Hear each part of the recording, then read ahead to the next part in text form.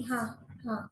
सो परीक्षित महाराज पूछते कि ऐसा क्यों हुआ कि उन्होंने ब्रह्मचर्य लिया खुद से ही प्रियव्रत महाराज ने, और उन्होंने बोला था छोटे भाई को राजा बना दो, मुझे कोई इंटरेस्ट है नहीं, मुझे भगवान के चरण कमल पे ध्यान लगाना है।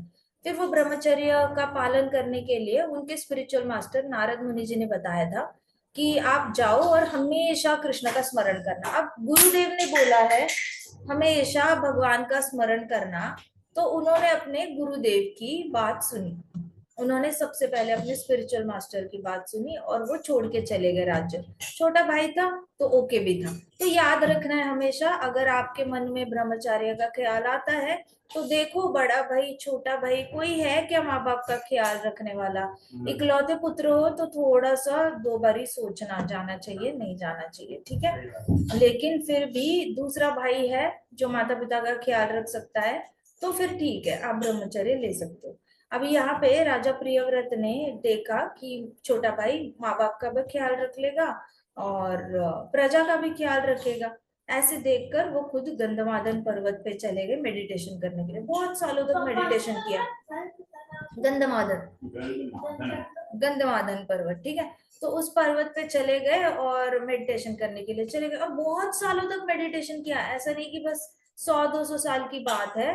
कब तक चला ये मेडिटेशन? जब तक राजा स्वयंभुव मनु का छोटा बेटा उत्तानपाद है उसकी सारी जनरेशन प्रचेतास तक नहीं पहुंचती, तब तक चला ये सारा, ये पूरा। अंग भी आया, पृथु भी आए, उसमें वेन्ना भी आए, फिर ये हमारे प्राचीन भारी आए, प्रचेतास आए। इतनी लंबी लाइन तो वंशजों की लगी। अब प्रचेतास के बाद हुआ क्या? प्रचेतास जैसे ही छोड़ के चले गए ना, अभी देखो प्रचेतास के बारे में क्या लिखा जाता है। प्रचेतास के बारे में ऐसे नहीं लिखा जाता कि पत्नी को बेटों के केयर में छोड़ के चले गए। यहाँ पे उल्टा लिखा जाता है भागवतम में कि बेटों को पत्नी के केयर में छोड़ के चले गए। ऐसे क्यों कहा गया है? क्योंकि बेटे इतने पूरे ब्रह्मांड को रूल करने की एलिजिबिलिटी नहीं थी उनके अंदर, तो इसलिए उन्होंने बेटों को पत्नी के हाथ में जिम्मेदारी छोड़ के चले गए। अभी स्वयंभुव मनु को लगा कि छोटे बेटे का तो वंशज ही एज गुड एज खत्म है, जब अच्छी जनरेशन आगे नहीं बढ़ती तो आपकी जनरेशन ऑलमोस्ट खत्म होती है। जैसे कुछ कुछ बेटे होते हैं वो विवाह करने से मना कर देते हैं, मुंह पे ही मना करते हैं कि हमने विवाह नहीं करना, हमने पूरी लाइफ बैचलर ही रहना है। तो समझ जाना चाहिए कि इनका जो वंशज है वो खत्म हो गया। अभी कई सारे लोग आजकल तो मूवी इंडस्ट्री की वजह से बहुत ज्यादा इन्फ्लुएंस है, तो लोगों को लगता है मैं नहीं वंशज बढ़ाऊंगा तो क्या होगा, पृथ्वी मर थोड़ी ना जाएगी। हाँ, फर्क तो पड़ता है, थोड़ा बहुत तो फर्क पड़ता है। आप 2-3 आत्माओं का नुकसान तो कर ही रहे होते हो। एक लड़की का नुकसान कर रहे होते हो जिसका रक्षण आप कर सकते हो। You are missing out on that punya. पुण्य होता है पत्नी का रक्षण करना, पुण्य का काम होता है। जैसे कन्यादान करना, एक कन्या का दान करना मतलब 100 अश्वमेध यज्ञ का फल प्राप्त करना। वैसे पत्नी का रक्षण करना मतलब अश्वमेध यज्ञ का फल प्राप्त करना। तो आप you miss out on that kind of पुण्य, पहली बात तो। उसके बाद ऐसे ही इंद्रिय तृप्ति करते हुए इधर उधर घूमोगे तो आपका वंशज वैसे ही खत्म हो जाना है। अगर अकेले बेटे हो तो, दूसरे है तो ठीक है, लेकिन जहां पे ये स्टॉप हो जाती है वहां पे फिर वो पापी कहलाता है। फिर पिछले सारी जनरेशन को भुगतना पड़ता है कि आपकी जनरेशन ने आगे बढ़ना बंद कर दिया। तो पिछले जितने भी लोग हैं पितृलोक में है, आपके जितने पिछले फोर फादर्स को क्या कहते हैं फोर फादर्स को हिंदी में? ये पूर्वज। पूर्वज, पूर्वजों को तड़पना पड़ता है। जिस भी प्लेनेट पे है वहां पे उनको भुगतना पड़ता है, क्योंकि उनकी आगे की पीढ़ी जो है वो धार्मिक नहीं निकली, वो नास्तिक है, मायावादी है, नास्तिक है नॉर्मली, भगवान पे भरोसा करने वाली है नहीं, भगवान से कुछ लेना देना वाली नहीं निकली, बहुत ही इंद्रिय तृप्ति वाली निकली। इसलिए फिर पीछे के पूर्वज तड़पते हैं। तो वेन्ना वैसा निकला था, लेकिन शुक्र मानो कि भगवान ने फिर पृथु महाराज बनकर आए तो पीछे की ये सारी पीढ़ियां बच गई, नहीं तो बड़ी मुश्किल हो जानी थी इनके पूर्वजों को। सो प्रियव्रत महाराज जब वहां पे चले गए गंधमादन, तो स्वयंभुव मनु बहुत बूढ़े हो चुके थे, ऐसे स्किन सारी नीचे आ गई थी, झुक झुक के चलते थे, आंखें उनकी ऐसे हो गई थी, आंखों के आईलिड्स के बाल जो है वो व्हाइट व्हाइट हो गए थे, आईब्रोज के बाल भी व्हाइट व्हाइट हो गए थे, इतने बूढ़े हो चुके थे स्वयंभुव मनु, झुक चुके थे। और झुकते झुकते वो किससे मिलने के लिए गए, प्रिंस प्रियव्रत से मिलने के लिए गए। तो प्रियव्रत तो सरप्राइज थे कि पापा को यहाँ पे आने की क्या जरूरत होगी। तो उन्होंने बताया देखो उत्तानपाद की सारी पीढ़ी खत्म हो, एज गुड एज खत्म ही है। प्रचेतास चले गए हैं वानप्रस्थ, अभी कोई है नहीं ब्रह्मांड को रूल करने वाला, तो क्या तुम ब्रह्मांड को रूल करोगे। अभी प्रिंस प्रियव्रत बहुत ही कंफ्यूज हो गए, उनको याद आया गुरुदेव ने तो बोला है हमेशा कृष्ण को याद करना है, लेकिन अगर मैं राज्य संभालूंगा तो मुझे राज्य के बारे में सोचना पड़ेगा, उस वक्त के लिए मुझे कृष्ण को भूलना पड़ेगा, तो मैं गुरुदेव की आज्ञा को तो फॉलो नहीं कर सकता, तो मैं क्या करूं, मैं क्या करूं। इतने में नारद मुनि जी वहां पे आए। अब नारद मुनि जी देख रहे थे, तो प्रिंस प्रियव्रत जो है नारद मुनि जी को देखे और इस साइड अपने पापा को देखे, स्वयं मनु को देखे, उनको समझ में ना आए मैं पापा की बात मानूं या अपने गुरु की बात मानूं। तो कॉन्ट्राडिक्टरी इंस्ट्रक्शंस आ जाती है। ऐसे महाराज के साथ भी हुआ था एक बार कि एक डिवोटी थे, उनके फादर ने बोला था कि तू इंडिया नहीं जाएगा, वो बटन ही बंद कर दिया, तो तू इंडिया नहीं जाएगा और तू इस्कॉन विस्कॉन नहीं करेगा, ऐसे सीधे बोल दिया था। ठीक है,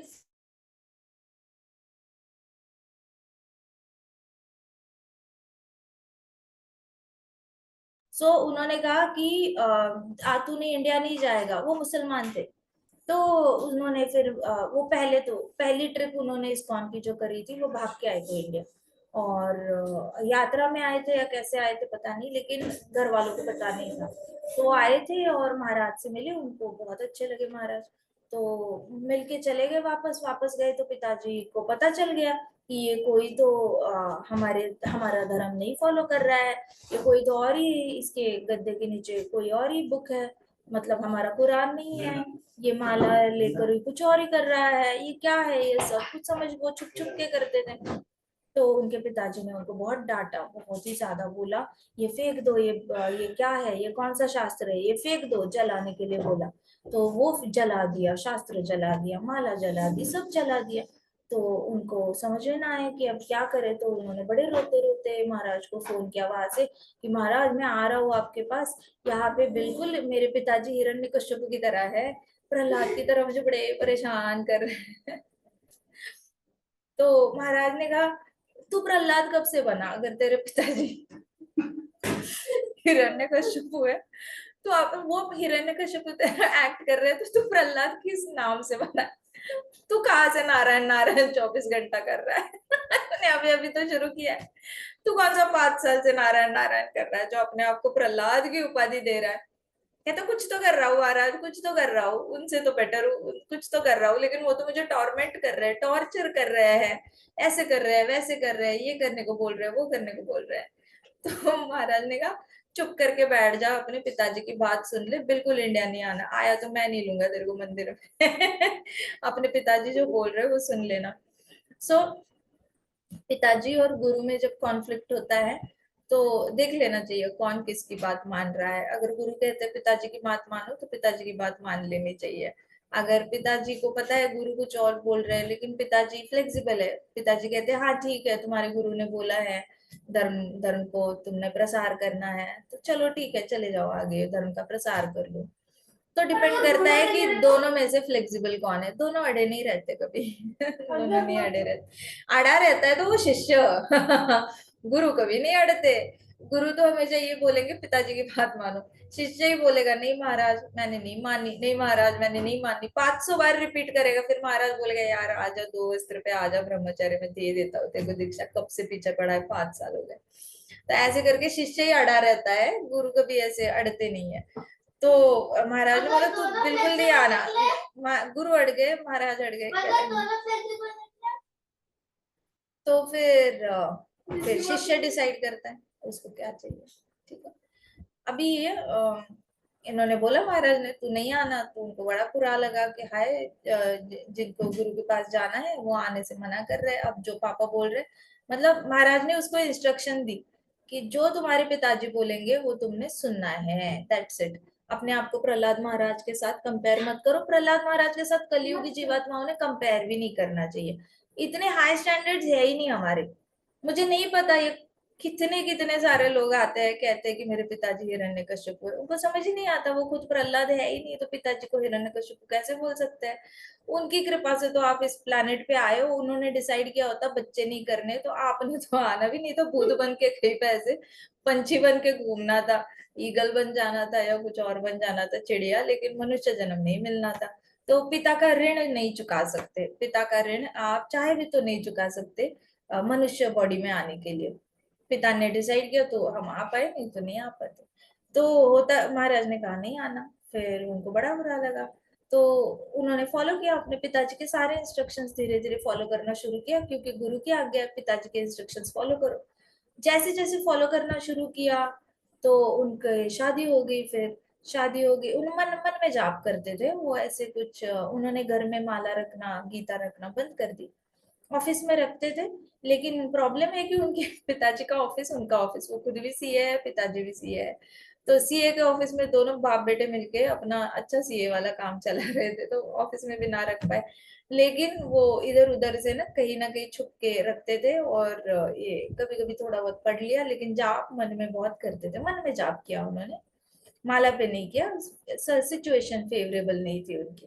लेकिन जैसी पत्नी आई तो पत्नी ने इतना अच्छे से सपोर्ट किया, पत्नी ने बिना प्याज लहसुन का खाना बनाना उनके लिए शुरू किया, भगवान को भोग लगाती थी पत्नी। अब पत्नी आई है तो बहू की अलमारी थोड़ी कोई चेक करेगा, बहू क्या कहाँ रख रही है। तो उन्होंने ऐसे बहू का जो तकिया होता था उसके नीचे ऐसे छोटे छोटे फ्रेम्स रख देने, फिर चुपके चुपके भोग लगा देना, फिर इन दोनों ने खाना। इनको 3 बच्चे हुए, बहुत अच्छा संसार हो। और बीच में फिर पिताजी को पता चल गया कि ये दोनों ऐसे छुप छुप के कर रहे हैं, तो पिताजी भी मान गए, कहते छुप छुप के करने की कोई जरूरत नहीं। आप इतना अच्छे से सीए का काम कर रहे हो, ऑफिस इतना अच्छे से संभाल रहे हो, पिछली बार से ज्यादा आपके हमारा ये हुआ है, प्रोग्रेस हुई है, पत्नी के साथ अच्छे से व्यवहार कर रहे हो, बच्चों का अच्छे से टेक केयर कर रहे हो, तो आपको छुपाने की जरूरत नहीं, जो करना है तू कर, मैं पूरी परमिशन देता हूँ। ऐसे बोला, तब जाके वो वापस आए महाराज से, फिर दीक्षा ली दोनों ने। तो तब वापस आके गुरु से मिले, तो उन्होंने गुरु की आज्ञा को इतना दिल पे ले लिया था। ये होता है डिसाइपल, अपने आप को कितना भी तकलीफ हो, लेकिन वो गुरु की आज्ञा का उल्लंघन नहीं करता। उसको बड़ी तकलीफ हो रही थी पापा की बात मानने में, शुरुआत में तो उसको सब कुछ करना पड़ा जो एक मुसलमान कंट्री में होता है, वो सब करना पड़ा उसको। लेकिन उसने सोचा कि चलो गुरु की आज्ञा है, कड़वा कड़वा घूट समझकर पी लो, कड़वा घूट समझकर पी लो। तो फिर महाराज उनके साथ बड़ा मजाक करते थे, हर लेक्चर में उनकी टांग खींचते थे, बहुत टांग खींचते थे, क्यों क्यों मुरली ऐसे करते थे, और हर जोक उन पे मारते थे। तो हुआ क्या कि वैसे आपको पता होना चाहिए कि किसकी बात माननी है। अब यहाँ पे प्रियव्रत को समझ में ना आए, नारद मुनि जी बोले कि स्वयंभुआ मनु की बात मानो तो मानेंगे ना।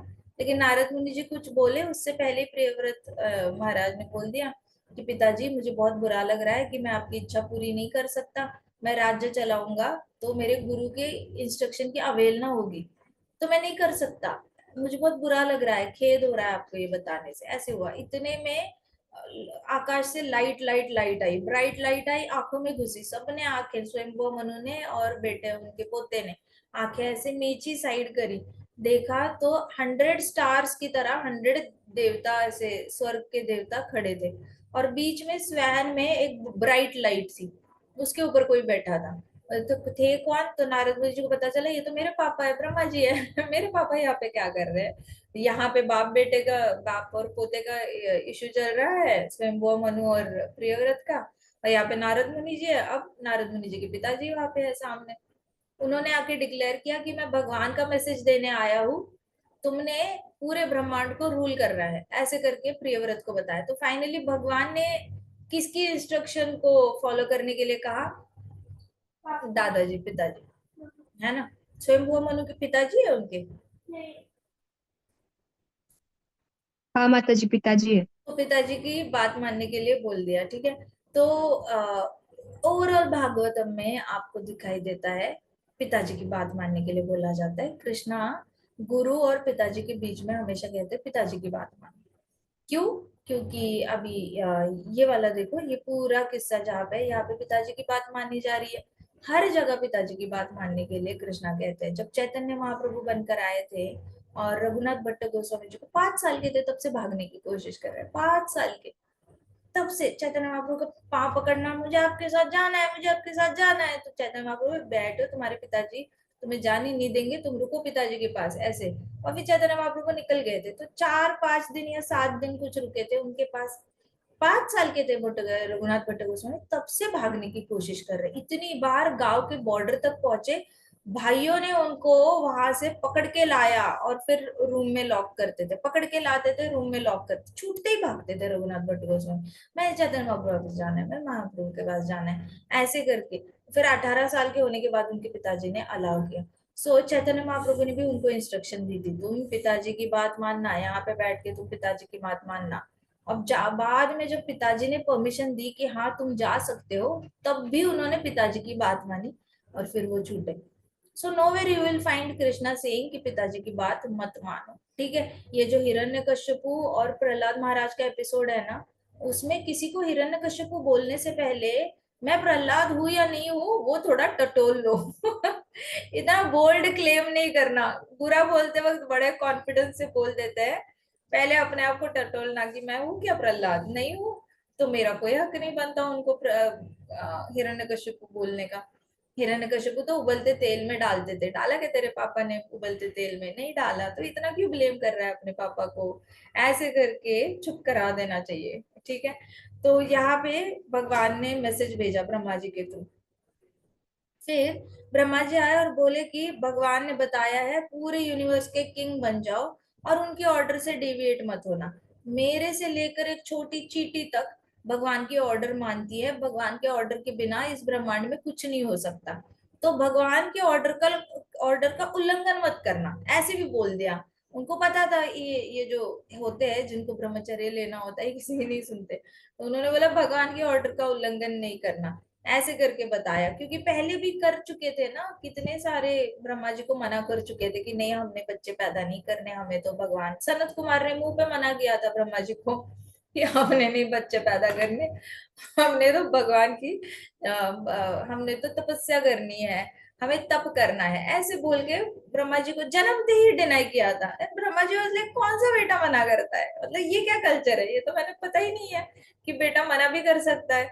मुझे तो बस 2 वर्ड्स बोले गए, मैं जब जन्मा मुझे बस अंधेरे से आवाज आई तप, तप, और मैंने तपस्या करना शुरू किया। मुझे पता नहीं था तपस्या कैसे करते हैं, मैंने बस आंखें बंद करके सांस लो सांस छोड़ो, इतना ही किया। भगवान प्रसन्न हो गए 1000 सेलिशियल ईयर्स के बाद। तो मुझे मना करना तो क्या होता है पिताजी को पता ही नहीं। और सनत कुमारों ने जैसे ही मना किया तो ब्रह्मा जी बड़े शॉक थे। तो ब्रह्मा जी ने आके बताया प्रियव्रत को कि तुम भगवान की आज्ञा का उल्लंघन नहीं कर सकते, मेरे से लेके चींटी तक सब बाध्य है, सब बाध्य है मतलब सब कंडीशनड है कृष्णा की ऑर्डर फॉलो करने के लिए। हम उनके ऑर्डर को मना नहीं कर सकते, तुम भी मना नहीं कर सकते। आफ्टर ऑल सब लोग कृष्णा के कंट्रोल के अंडर है, ऐसे बोला उन्होंने, सब लोग कृष्णा के अंडर है, कंट्रोल में है, तो तुम मना नहीं कर सकते। All living beings receive different bodies by his order.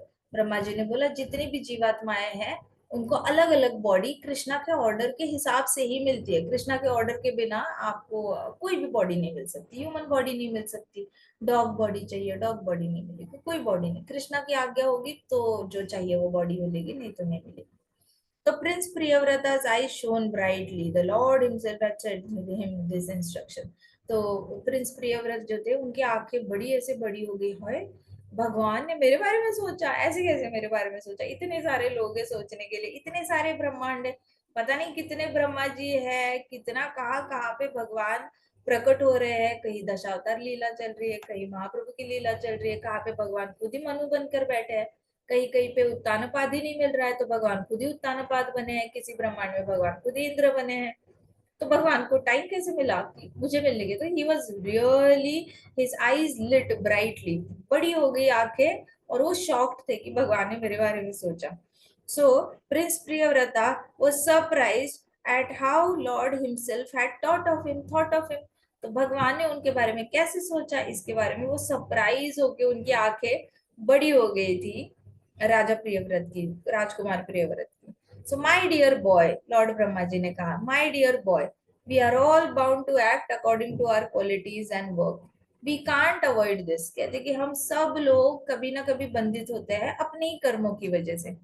हम कितना भी भागने की कोशिश करें अपने कर्मों से, लेकिन वापस हमने किए गए कर्म को भुगतने के लिए हमें कर्म करने ही पड़ते हैं। तो पुण्य किया है तो जन्म लेकर आना ही पड़ेगा, फिर सुंदर होके भी आना पड़ेगा, रिच होकर भी आना पड़ेगा। इसकी गारंटी नहीं है कि सुंदर और रिच होने से आप सुखी हो पाओगे। चांसेस है सबसे ज्यादा दुखी भी हो सकते हो। सुंदरता सुख नहीं देती, रिचनेस सुख नहीं देता। रिचनेस हाथ में होती है लेकिन आपको उसमें कोई मजा नहीं आता। So, my dear boy, we are all bound to act according to our qualities and work. हम सब लोग अपने गुणों के हिसाब से काम करते हैं। हमारे अंदर रजोगुण होगा तो हम रजोगुणी काम करेंगे, हमारे अंदर तमोगुणी का होगा हम तमोगुणी काम करेंगे, सत्वगुण होगा तो सत्वगुण के हिसाब से काम करेंगे। तो हर जीवात्मा अपने अंदर जो गुण है ना उसके हिसाब से काम करता है। और हम ये अवॉइड नहीं कर सकते, हम चाहे भी तो अवॉइड नहीं कर सकते, हम कितनी भी कोशिश कर ले अंदर। जब तक आप प्यूरिफिकेशन नहीं करते, जैसे सत्वगुण रजोगुण तमोगुण, इसको प्यूरिफाई निकाल देना है बॉडी से। जब तक निकालते नहीं हो हरि नाम ले लेकर तब तक वो गुण हमारे ऊपर हावी होंगे। जितना ज्यादा उस गुण का वजन है उतना ही ज्यादा सीवियरिटी से आपके एक्शंस होंगे। तो वो गुण हमारे अंदर होते हैं। So we can't avoid this, हम ये चाहे भी तो अवॉइड नहीं कर सकते। आप देखो कितने सारे लोग, मैं कुछ लोगों से मिली थी, उनको मैंने बोला था कि आप इतना नॉनवेज खाते हो, हर रोज ही खाते हो, आपकी पाचन क्रिया में बड़ी प्रॉब्लम हो जाएगी, आगे जाके अल्सर हो जाएंगे पेट में, आपकी इंटेस्टाइन भी काटनी पड़ सकती है। आप हर रोज कैसे खा सकते हो? आप कभी कभार महीने में खाओ, अगर इतना भी आपसे कंट्रोल नहीं हो रहा, आप हर रोज कैसे? तो उनको कंट्रोल नहीं होता। तो कहते कि नहीं हमारा पेट ही नहीं भरता, हमारा पेट ही नहीं भरता, हमें नींद ही नहीं आती है जब हम खाते नहीं। मैंने कहा आप तो गर्मी की जगह पे रहते हो, गर्मी में तो शरीर और ज्यादा गर्म हो जाएगा, बॉडी से हीट निकलेगी, बीमारियां होंगी, कितनी सारी बीमारियां हो जाती है, एसिडिटी हो जाती है, पाइल्स हो जाता है, कितना सारा प्रॉब्लम गर्मी से, आप बॉडी पे रैशेस आ जाती है, एक्जिमा हो जाता है। आप गर्म आहार लोगे तो बॉडी से सारी गर्माहट निकलेगी, तो पस पस बॉइल्स बॉइल्स निकलेंगे। तो इतनी शरीर गर्म करके आपको गर्मी में क्या फायदा है? ऐसा भी नहीं कि आप अंटार्कटिका में रह रहे हो, गर्मी है, गर्मी में हर रोज खाने की क्या जरूरत है? तो कहते हैं वो हमें आदत पड़ गई है बचपन से, हम नहीं खाएंगे तो हमें नींद नहीं आती। अब यही लोग हैं, इन्हीं के पिताजी जब वापस एडमिट हो गए तो डॉक्टर ने उनकी इंटेस्टाइन काटी, इतनी की 11 सेंटीमीटर करनी पड़ी इंटेस्टाइन। अब वो 11 सेंटीमीटर की इंटेस्टाइन से खाना नहीं जाता, बस पानी जाता है। तो दाल का पानी पी लेते हैं पिताजी, कभी स्ट्रॉबेरी का पानी पीते हैं, कभी ये पानी कभी वो पानी, सिर्फ पानी पीते हैं, खा ही नहीं सकते, वो इंटेस्टाइन ही कटी हुई है उनकी। अब जाके बच्चों को समझ में आ रहा है कि हर रोज नॉनवेज नहीं, और वो एक्सेप्ट करने को तैयार नहीं है। अब उनमें से एक बच्चे को बोला ना कि देखो पिताजी का ऐसे हुआ, मत खाओ, तो कहेंगे लेकिन हम चबा चबा के खाते हैं ना, शरीर पचा देता है। वो तो पिताजी का इसलिए हुआ क्योंकि पिताजी ने ख्याल नहीं रखा, पिताजी ने ड्रिंक भी किया, हम इतना ड्रिंक नहीं करते। मैंने कहा इनकी बुद्धि में तो मतलब बात ही नहीं जा सकती, ये कभी एक्सेप्ट ही नहीं करेंगे कि इनके पास बहुत वजन वाला खाना पेट में रबर डाल रहे हैं, कितना भी चबाओ वो रबर ही रहेगा। और फिर भी वो पेट कैसे पचाएगा? इंटेस्टाइन, इंटेस्टाइन बड़ी नाजुक होती है, बलून के कवरिंग होता है वैसे वाला पतला सा कवरिंग होता है, जल्दी खराब हो जाती है इंटेस्टाइन। जितना ज्यादा गर्म आहार करोगे, मैगी वैगी ऐसे खराब खराब खाओगे, प्रोसेस्ड फूड जिसमें आर्टिफिशियल कलर है, आर्टिफिशियल फ्लेवर डाला हुआ है, ऐसे सारा प्रोसेस्ड फूड कहते हैं उसको। पैकेट के अंदर का सारा ही फूड प्रोसेस्ड होता है, अननेसेसरी गैस डाला जाता है उसमें, ये डाल के इंटेस्टाइन खराब हो जाती है, लेकिन मानना नहीं। तो यही कह रहे हैं कि हम सारे अपने गुणों के नौकर हैं। हमारे अंदर तमोगुण होगा ना तो हम उस तमोगुण के नौकर बन जाते हैं। कितना भी सत्वगुणी इंसान आपको सत्वगुण आपके भेजे में डालने की कोशिश करे, शरीर में डालने की कोशिश करे, it will simply not work. इसलिए प्रभुपाद ने किसी को एडवाइस ही नहीं किया अमेरिका जाकर। प्रभुपाद ने सोचा कि ये लोग बोलने के परे हैं, इनके ऊपर इंस्ट्रक्शंस वर्क नहीं कर सकती, इनको मैं बस पूरी बनाऊंगा, दाल खिचड़ी बनाऊंगा और खिलाऊंगा, और मैं कीर्तन करूंगा। इनके अंदर और कुछ नहीं जा सकता, म्यूजिक जा सकता है और खाना जा सकता है, इनके पास इतनी ही बुद्धि बची है। They don't have discrimination power, विपश्चिता बचा ही नहीं है। विपश्चिता मतलब गुड और बैड का फर्क, कुछ बचा ही नहीं है, इतना हेवी लेवल का तमोगुण है, 99.99% तमोगुण है। आप कुछ बताने जाओ ऐसे हैंग हो जाएंगे और बोलेंगे okay it is too heavy, I can't take it, it is too heavy, I can't take it, I didn't understand anything, what are you talking about. ऐसे करेंगे, ऐसे बाहर के देश नहीं, इंडियन भी ऐसे करते हैं। तो फिर उन्होंने कहा कि जो भी इंसान होता है ना वो अपने गुणों का नौकर होता है, और वो अपने अवॉइड नहीं कर सकता, कुछ नहीं कर सकते आप उसका। है तमोगुण तो तमोगुण ही बिहेव करना पड़ेगा, है रजोगुण तो रजोगुण ही बिहेव करोगे, सत्वगुण है तो सत्वगुण ही बिहेव करोगे, लेकिन कृष्णा का नाम नहीं लोगे। So we must therefore do our duties of varnashram dharma just like bulls who move according to the direction of driver who pulls them with ropes tied to their noses। तो कहते ब्रह्मा जी ने कहा हमने बस उस बैल की तरह काम करना है, उस बैल के नाक में रस्सी डाली होती है। अब बैल को जो खींच रहा है वो डिसाइड करता है, बैल को लेफ्ट ले जाना है तो लेफ्ट की रस्सी खींचेगा, राइट को ले जाना है तो राइट को खींचेगा। हमने तो बस बैल की तरह एक्ट करना है, बाकी वो ड्राइवर डिसाइड करता है कि वो लेफ्ट जाएगा बैल या राइट साइड जाएगा बैल। तो वर्णाश्रम धर्म हमने बस ऐसे ही फॉलो करना है कि हमें बताया गया है ब्रह्मचर्य आश्रम के बाद गृहस्थ करना है, गृहस्थ के बाद वानप्रस्थ करना है, वानप्रस्थ के बाद संन्यास करना है।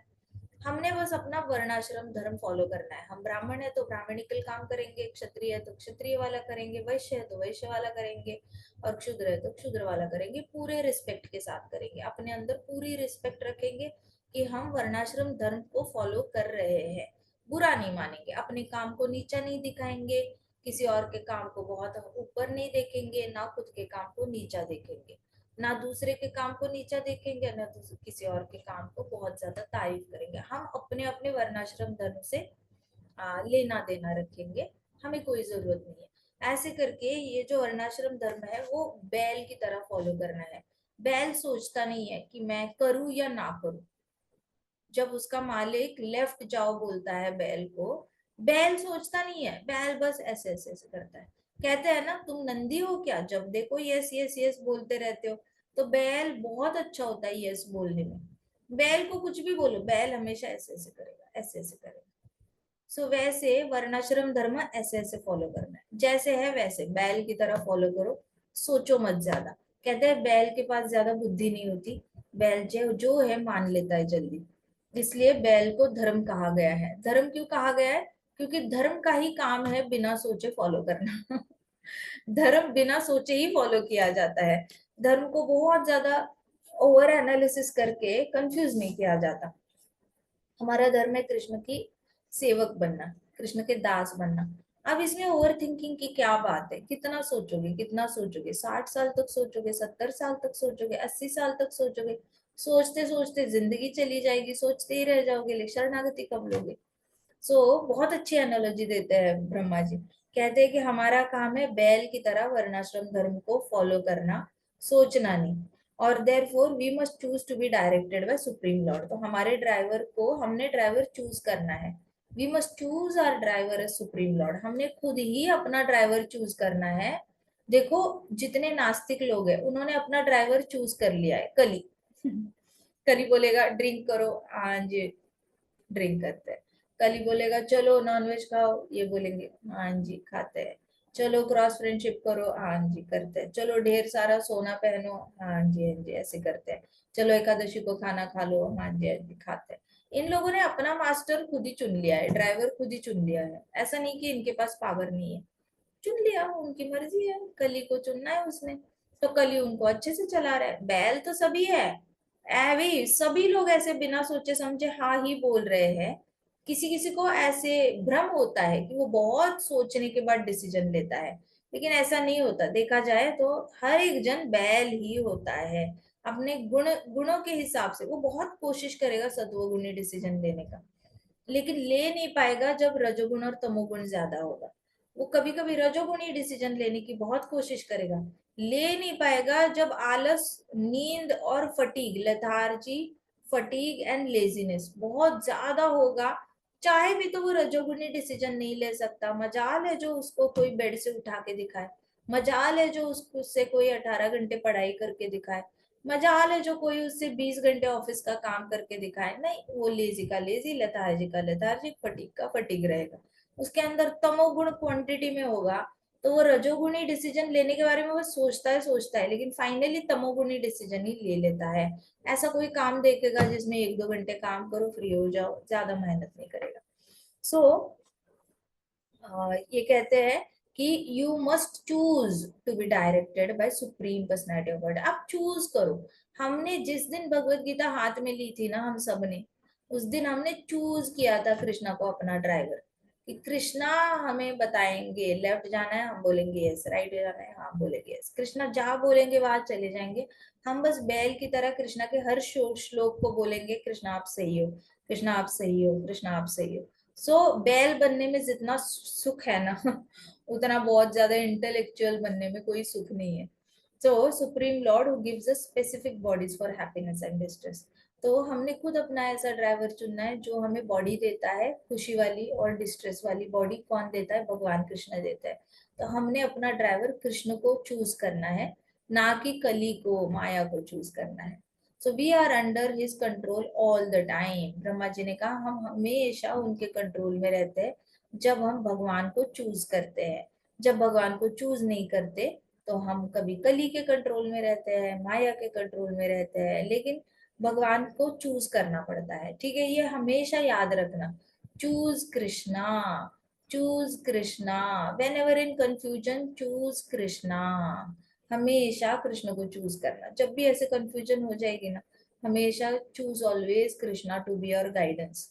भागवतम अगर शरणागति लोगे, आपको लाइफ में सही क्या है और गलत क्या है इसका सिर्फ विपश्चिता नहीं आएगा, आप अंदर से प्रेरित हो जाओगे सही डिसीजन लेने के लिए। आपको बहुत सोच समझ के डिसीजन नहीं लेना पड़ेगा, आप पे ही सही डिसीजन होते जाएंगे, अपने आप ही आपको समझ में आ जाएगा सही क्या है गलत क्या है, सही क्या है गलत क्या है। अंदर से ही ज्ञान बाहर आता जाएगा, फूट फूट के बाहर आता जाएगा। आपको बहुत ज्यादा पढ़ाई करने की जरूरत नहीं है उसमें, it just naturally flows out. Okay, और आपको खुद भी पता नहीं चलता कि आ कहाँ से रहा है, आ कहाँ से रहा है, लेकिन आता रहता है हृदय से, खत्म ही नहीं होता ज्ञान, इतना ज्यादा आता है। Supreme lord gives choose Krishna all the time, जब भी आपको चूज करना है तो। ठीक है, prince Priyavrata looked at smiling face of Narad Muni and lord Brahma's arguments were making sense। फिर प्रिंस प्रियव्रत ने नारद मुनि जी को देखा, क्योंकि उनकी इंस्ट्रक्शन के खिलाफ ब्रह्मा जी आए थे भगवान की इंस्ट्रक्शन लेकर। तो उन्होंने देखा नारद मुनि जी को, नारद मुनि जी बड़े अच्छे से हंस रहे थे, बड़ी अच्छी स्माइल दे रहे थे। उनको लगा नारद मुनि जी बोलेंगे नहीं नहीं, मेरा शिष्य तो भगवान को याद करेगा, भगवान ने ऐसी कोई इंस्ट्रक्शन क्यों भेजी। लेकिन नारद मुनि जी बड़े संतुष्ट होकर स्माइल कर रहे थे। ब्रह्मा जी की जितनी भी आर्ग्यूमेंट थी ना, ब्रह्मा जी आर्ग्यूमेंट दे रहे थे, एक्चुअली आर्ग्यू कर रहे थे, उनको पता था कि नारद मुनि जी की इच्छा है, इसने भगवान का नाम लेना चाहिए। और इसलिए ब्रह्मा जी आर्ग्यू कर रहे थे कि देखो, तुमने वर्णाश्रम धर्म जो है वो बैल की तरह मानना है प्रियव्रत। तुम मना कर रहे हो अपने पिताजी को, स्वयं वो मनु को मना किया, तुम मना कर रहे हो अपने पिताजी को, वो तुम सही नहीं कर रहे हो। तुम भले कितना भी रीजन दो, गुरु ने ये बोला वो बोला, लेकिन तुम्हारे अंदर का जो डिसीजन है रिनाउंस करने का, वो तो तुम्हारे अंदर सत्वगुण रजोगुण तमोगुण बचा ही नहीं है। इसलिए पूरी तरह कृष्णा की शरणागति जाने के लिए ऐसे वाला डिसीजन अपने आप आ रहा है। लेकिन वर्णाश्रम धर्म जो है वो बैल की तरह फॉलो करना चाहिए, सोचना नहीं चाहिए कि मैं राज्य करूं या नहीं करूं, मैं शादी करूं या नहीं करूं, ये भी नहीं सोचना चाहिए, बस करो। बड़े लोग बोलेंगे ना कि टाइम हो गया, शादी कर लेनी चाहिए, इस एज में शादी कर लो, ऐसे बोले बड़े लोग, तो समझ जाओ कि हाँ टाइम हो गया है शादी का, कर लो शादी। बाकी आपका जो करियर है, पढ़ाई है, होती रहेगी। आपकी पढ़ाई तो आप 50 साल तक पढ़ाई करो, कोई नहीं रोक सकता आपको। करियर भी आजकल लोग 60 साल तक कर लेते हैं, 70 तक कर लेते हैं। मैं डॉक्टर से मिली थी आज, 91 ईयर्स के डॉक्टर है। कर लेते हैं लोग, जब तक उनको करना है कर लेते हैं, ऐसा कोई प्रॉब्लम नहीं होता। तो ये नहीं सोचना चाहिए कि अभी नहीं, क्यों नहीं, ऐसे ये वो। घर वाले बोलेंगे चुपचाप सुन लो, खत्म करो ना। वर्णाश्रम धर्म हमेशा बैल की तरह फॉलो करना चाहिए। फिर वो we must choose to be directed by supreme lord who gives us specific bodies, we are under his control. अभी प्रिंस प्रियव्रत नारद मुनि जी को स्माइल करते हुए देख रहे थे, क्योंकि ब्रह्मा जी बहुत अच्छे अच्छे आर्ग्यूमेंट्स डाल रहे थे। बैल के आर्ग्यूमेंट डाली, चीटी की आर्ग्यूमेंट डाली, फिर खुद की भी एनोलॉजी डाली उन्होंने। इस तरीके से उन्होंने बताया कि भगवान को चूज करो प्रियव्रत, भगवान जो बोल रहे हैं उनको चूज करो। अब even liberated souls should accept their fate my dear grandson and be determined not to get another material body. अभी ब्रह्मा जी के ये ग्रैंडसन हो गए है ना, ब्रह्मा जी का बेटा है स्वयंभू मनु, स्वयंभू मनु का बेटा है प्रियव्रत, तो प्रियव्रत के दादाजी हो गए ब्रह्मा जी, कौन हो गए, दादाजी हो गए। तो उन्होंने कहा ग्रैंडसन, प्रियव्रत को बोला माय डियर ग्रैंडसन, मेरे प्यारे पोते, ऐसे बोला कि बी डिटरमाइंड, कि तुम्हें वापस नई बॉडी नहीं लेनी है। कहते डिटर्मिनेशन ले लो, एक प्रॉमिस करो अपने आप को कि तुमने नेक्स्ट बॉडी एक्सेप्ट करनी ही नहीं है। कल ही मुझे कोई बोला था, किसी भक्त ने बोला, अरे इस जन्म में थोड़ी सी भक्ति थोड़ी माया कर लूंगा, लूंगी, और क्या बोला था, इस जन्म में थोड़ी भक्ति और थोड़ा माया कर लेंगे, अगले जन्म में ब्रह्मचारी बन के 100% भक्ति कर लेंगे और कृष्णा के पास चले जाएंगे। वैसे भी लगता नहीं कि इस जन्म में परफेक्शन अचीव हो पाएगा। मैं कहा क्यों नहीं परफेक्शन अचीव, क्यों नहीं होगा, ऐसे क्यों लगता है, टाइम ही नहीं है, इतना काम है, इतना काम है, टाइम ही नहीं है। तो एक्सेप्ट कर चुके थे, इसको कहते हैं डिफिटिज्म। डिफिटिज्म मतलब हार, लड़ाई से पहले हार मान लेना कि अभी तो मतलब जिंदगी बची हुई है, 40-50 साल जितनी भी बची हुई है, वो तो 20s में है वक्त, लेकिन जिंदगी बची हुई है, लेकिन पहले ही हार मान ली कि नौकरी लग गई है, बहुत काम है, लगता तो नहीं इस जन्म में वापस जा पाएंगे, अगले जन्म में आकर वापस ब्रह्मचारी बनेंगे और फिर 100% भक्ति करके चले जाएंगे। क्या गारंटी है ब्रह्मचर्य में भी ब्रह्मचर्य फॉलो कर पाओगे या नहीं कर पाओगे। पता चला पिछला अकाउंट सेटल करने के लिए कोई आत्मा लड़की के शरीर में आ गई और आपने तब वचन दिया था शादी करोगे, वो इस बार वापस आपको निभाना पड़ जाए कि हाँ हाँ ठीक है, मैंने किसी जन्म में वचन दिया था, चलो इस बार कर लेते हैं शादी, वापस वस्त्र बदलने पड़ जाए। पोस्टपोन नहीं करना चाहिए भगवान के घर जाना, ये माइंड में ख्याल भी नहीं आना चाहिए कि मुझे इस जन्म में नहीं जाना। The Prince Priyavrata looked at smiling face of Narad Muni. Lord Brahmaji's arguments were making sense.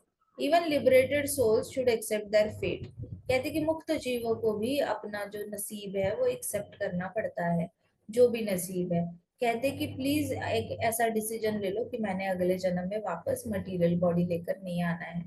क्योंकि अगर प्रिंस प्रियव्रत के नसीब में लिखा है कि उसने गृहस्थ आश्रम फॉलो करना है और इस जन्म में उसके नसीब में लिखा हुआ है उसने करना है गृहस्थ आश्रम, लेकिन फिर भी उसने गृहस्थ आश्रम से मना कर दिया, अगला वापस जन्म लेकर आना पड़ेगा।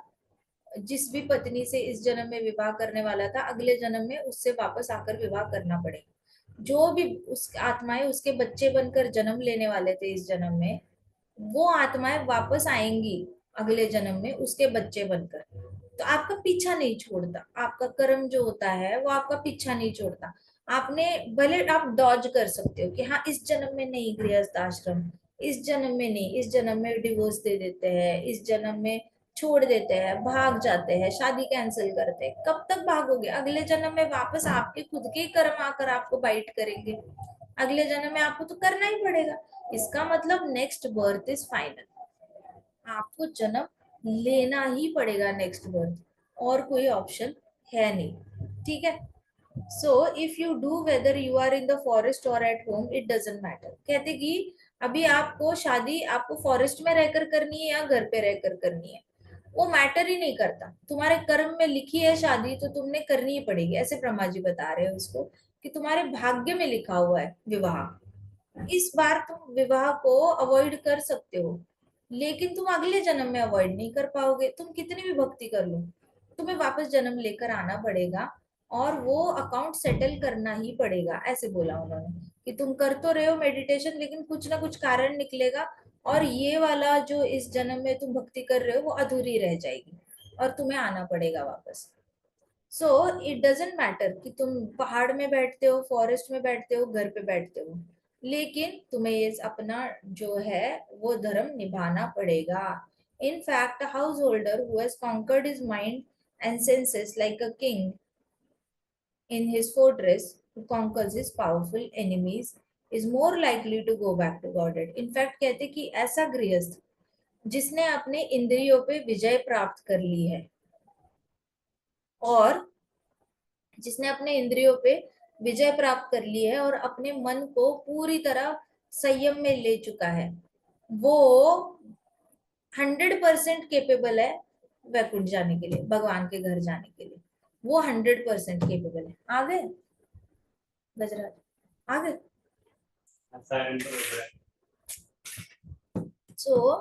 सो my dear boy, do not hesitate to follow the lord's order. तो उन्होंने कहा ब्रह्मा जी ने कि हेजिटेट मत होना, भगवान के ऑर्डर फॉलो करने के लिए हेजिटेट होने का मतलब क्या होता है, करूँ ना करूँ, गैम्बलिंग नहीं करना है, करूँ या नहीं करूँ फॉलो, चुपचाप बैल बनकर फॉलो कर लेना है।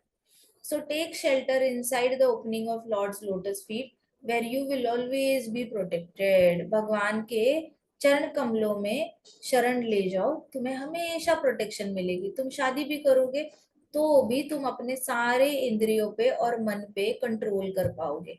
ये प्योर डिवोटी, मैक्सिमम डिवोटीज को डर लगता है, जिनको भक्ति में वो बहुत सीरियस होते हैं ना शादी से पहले, उनको शादी से ही डर लगता है, उनको कहीं ना कहीं ऐसे प्रिंस प्रियव्रत की तरह ही डर लग रहा होता है, कहीं हम भूल तो नहीं जाएंगे, भूल तो नहीं जाएंगे, इतनी अच्छी भक्ति डेवलप हुई है, इतना मन लगा हुआ है, दुनिया से आसक्ति चली गई है, अब बाहर खाने का मन नहीं करता, दोस्तों के साथ घूमने का मन नहीं करता, मूवी देखने का मन नहीं करता, पहले से तो बहुत सुधार आ गया है, ऐसे उनको खुद ही बहुत अच्छा लग रहा होता है। लेकिन शादी का नाम लेके ना ऐसे शॉक हो जाते हैं कि ओहो हो, जिसके साथ शादी होगी उसको मूवीज पसंद होगी तो क्या करेंगे, उसको घूमना पसंद होगा तो क्या करेंगे, उसको ये पसंद होगा वो पसंद होगा तो क्या करेंगे, ऐसे टेंशन में ही पोस्टपोन करते जाते हैं, शादी पोस्टपोन करते जाते हैं। तो इतना ऐसे ओवर थिंकिंग नहीं करनी है, उसको ये पसंद हो भैया, आपका जिसके साथ शादी होगी उसको जो पसंद है वो उसके साथ आपका करना फर्ज बनता है, आपने जाना है उसके साथ, उसको धीरे धीरे धीरे भक्त बनाना है, फिर आपका भी कुछ काम बनता है। बाहर की दुनिया को दुनिया में कृष्ण देने से अच्छा घर में देना शुरू करो, पहले पहले घर में दे दो फिर बाहर वालों को दे दो।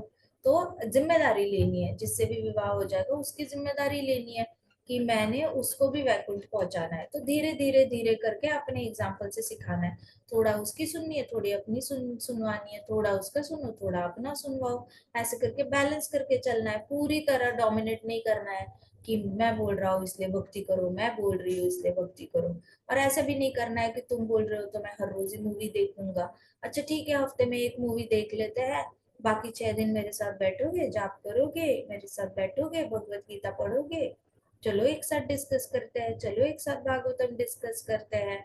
ऐसे करके प्यार से एक दूसरे को भक्ति में लाना है, ये नहीं कि भाई आप उसको एकदम ही चोच मार मार के, तुम नॉन डिवोटी हो, तुम मटीरियलिस्टिक हो, चोच मार मार के घायल नहीं करने दे कर देना है अपने परिवार वालों को, ऐसे घायल नहीं करता भक्त, फिर वो भक्ति नहीं है, फिर तो वो कुछ और ही तमोगुणी, तमोगुण है वो पूरी तरह, बार बार टोकते रहना, तुम भक्ति नहीं करते, तुम ये नहीं करते, तुम वो नहीं करते, तुम मटीरियलिस्टिक हो, तुम तो डिवोटी के नाम पे दबाओ, ये क्या कोर्स कर रहे हो, कोर्स से क्या होगा, क्या जरूरत है कोर्स करने की, गुरु की सुनने की क्या जरूरत है, ऐसे करके वहां से भी ऐसे चोच मारी जाती है, इधर से भी चोच मारी जाती है कि ये क्या है, बार बार मोबाइल देखते हो, टीवी देखते हो, जाप करो जाप करो। चोच नहीं मारते रहना है एक दूसरे को, ये नहीं काम करना, दूसरे के एक्शंस पे ज्यादा ध्यान नहीं देना, अपना अपना करते रहो। साथ साथ हफ्ते में एक बार उसने भक्ति कर ली तो भी कृष्णा को थैंक यू बोल देना कि हाँ चलो, nothing something is better than nothing, something is better than nothing. हफ्ते में आपका परिवार वाले में से कोई एक कर लेता है, हफ्ते में एक बार खुश रहो उससे, ज्यादा डिमांड नहीं करना। 10 साल बाद हफ्ते में 2 दिन करने लगेंगे, 20 साल बाद हफ्ते में 3 दिन करने लगेंगे, 30 साल बाद हफ्ते में 4 दिन भक्ति कर लेंगे, ऐसे करते करते हर 10 साल बाद फिर 7 दिन करने लगेंगे। ऐसे करके उनके अंदर बदलाव आएगा, लेकिन पुश नहीं करना है कभी भी। ठीक है। ये यहाँ पे ब्रह्मा जी कह रहे हैं, accept the material enjoyment dear Priyavrat, कहते हैं कि गृहस्थ आश्रम में एक्सेप्ट करो मटेरियल एंजॉयमेंट को, क्योंकि जो अपने मन को और इंद्रियों को काबू में रखता है वो 100% एलिजिबल होता है भगवान के घर जाने के लिए। Take shelter of Krishna's lotus feet, भगवान के चरण कमलों की शरण ले लो, and accept accept the material enjoyment, जितनी भी भौतिकवादी एंजॉयमेंट है गृहस्थ आश्रम में उसको एक्सेप्ट करो, because lord has ordered you to do this, क्योंकि भगवान की इच्छा है कि तुम खुश रहो गृहस्थ आश्रम में। गृहस्थ आश्रम कभी सीरियस रहने के लिए बना ही नहीं था, गृहस्थ आश्रम खुश रहने के लिए बना है, पहली बात। ये धृतराष्ट्र ने सारा कबाड़ा कर दिया, धृत अपने गृहस्थ आश्रम का। बीवी को भी वैल्यू नहीं किया, बच्चों को भी मरने का रीजन बन गया, किसी अच्छे इंसान का कभी सुना नहीं, खुद की ही उसकी राज्य की हवस ने उसको भी डुबो दिया, बीवी को भी डुबो दिया, बच्चों को भी डुबो दिया। ऐसा नहीं होता गृहस्थ आश्रम कि आप सिर्फ पैसे पैसे पैसे करते रहो, या फिर आप सिर्फ इंद्रिय तृप्ति इंद्रिय तृप्ति इंद्रिय तृप्ति करते रहो। आपको तो सबको लेकर आगे बढ़ना है। लेकिन धृतराष्ट्र की तरह कर लेते हैं गृहस्थ आश्रम, और फिर लोग गृहस्थ आश्रम को बुरा भला बोलना शुरू करते हैं। गृहस्थ आश्रम तो बहुत अच्छे से भी हो सकता है, पृथु महाराज ने करके दिखाया, प्रचेताज ने करके दिखाया है, फिर उत्तानपाद ने करके दिखाया, ध्रुव महाराज ने गृहस्थ आश्रम दिखाया है। तो ये सारे एग्जाम्पल्स किसी को दिखते नहीं है। ध्रुव हमारे खुद द्वारकाधीश है, द्वारकाधीश कितने एंजॉय करते हैं गृहस्थ आश्रम में। उन्होंने भी दिखाया है कि आप सात्विक रहकर भी कितने अच्छे से खुश रह सकते हो गृहस्थ आश्रम में। किसने बोला हमेशा मुंह फुला के बैठने के लिए? थोड़े जोक होने चाहिए, थोड़ा मजा होना चाहिए। Thank you, thank you. So accept the material enjoyment because the Lord unusually has ordered you to do this. भगवान ने आपको ऑर्डर किया है तो एक्सेप्ट करो। If you follow his order you will become liberated. आप उनके अगर ऑर्डर फॉलो करोगे तो आप मुक्त हो जाओगे, ऐसे कहा था उन्होंने। भगवान ने कहा है कि मेरी ऑर्डर फॉलो करोगे तो आप मुक्त हो जाओगे। आगे की कथा हम कल करते हैं, ठीक है। ग्रंथराज श्रीमद् भागवतम की जय, शिल प्रभुपाद की जय, श्री श्री राधा श्याम सुंदर की जय, श्री श्री कृष्ण बलराम की जय, वृंदावन धाम की जय, समस्त भक्त वृंद की जय। हरे कृष्णा कृष्णा कृष्णा हरे हरे, हरे राम राम राम हरे हरे। हरे कृष्ण महासंकीर्तन यज्ञ की जय।